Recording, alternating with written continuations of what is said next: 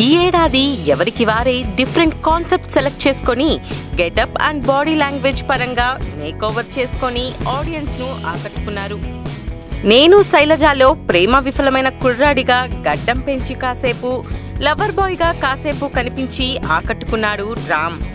Sharwanand express రాజా అంటూ దూసుకుపోయాడు. నాగ్ బంగార్ రాజుగా, అతని ఆత్మగా, డాక్టర్ రామ్ మోహన్ గా డిఫరెంట్ గా ట్రై చేసి సక్సెస్ కొట్టాడు.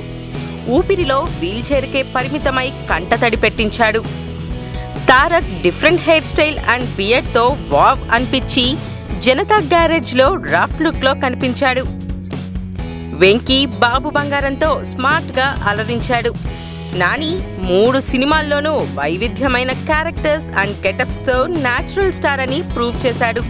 చైతు ప్రేమంలో టీనేజ్ కుర్రాడిగా, లవర్ బాయ్ గా, మెచ్యూర్డ్ యువకుడిగా తన స్టైల్లో సర్ప్రైజ్ ఇచ్చాడు.